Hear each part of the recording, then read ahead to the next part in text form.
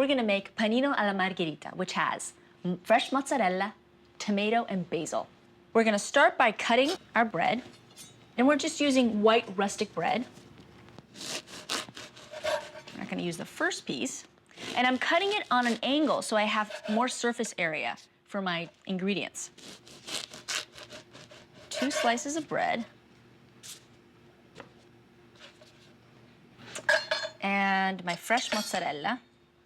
And I'm using fresh mozzarella because this is the way I had it as a kid. If you can't find it, you could also use processed mozzarella. But this has a really creamy flavor to it that the processed mozzarella doesn't have. Just skip the first piece. Cut myself a couple slices, and you want to make them relatively thin. You want them to melt quickly. And you know, there's a great story behind this sandwich, and it's called alla Margherita because in the 1800s, the Queen Margherita came to visit Naples, and a local pizza maker was asked to make some pizzas for the Queen.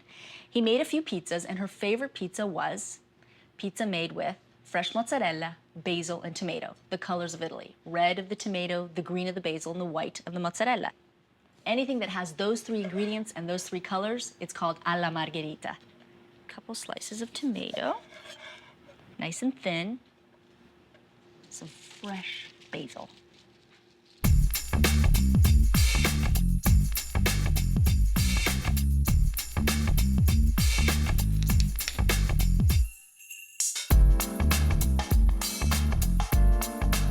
I'm gonna brush my bread with some extra virgin olive oil.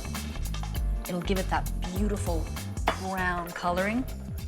And you know what? You could also use day-old bread, so it's a great way to use leftover bread. Turn it around. I've turned my grill pan on, and I want it nice and hot. This is a grill press, and you could use it when you're grilling fish or meat, whatever you want. We're gonna use it for the sandwich to get those great grill marks on it. While we're waiting for that, I'm gonna make my next sandwich. This one I'm gonna make with some fontina cheese. It's so silky when it melts, creamy and silky. We're gonna cut 4 slices, because it's pretty thin. Red onion. It's sweet, and it gives a little crunch as well.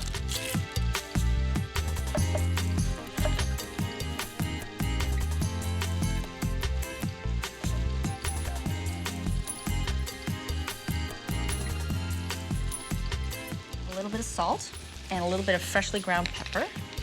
And we're also gonna add some baby spinach leaves and prosciutto.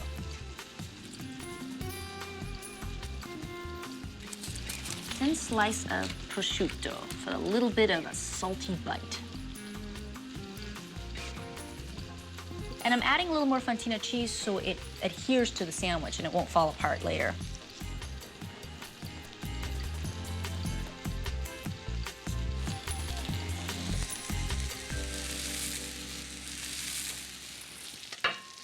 Wow, that looks fantastic. Let's press this one down. I'll hold it down for just a minute so that it gets pressed just like that one. All right, let's take this one off. I can smell the mozzarella. Ooh, it's hot. Cut that, still crispy. Looks great. And you can tell it's pressed, it's thin. See how pretty that is? The grill marks all over it. Wow. Just cut myself a little piece.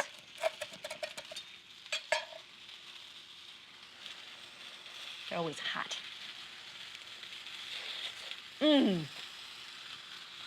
Mozzarella melts in your mouth. Juicy tomato and the fragrant basil. It's delicious.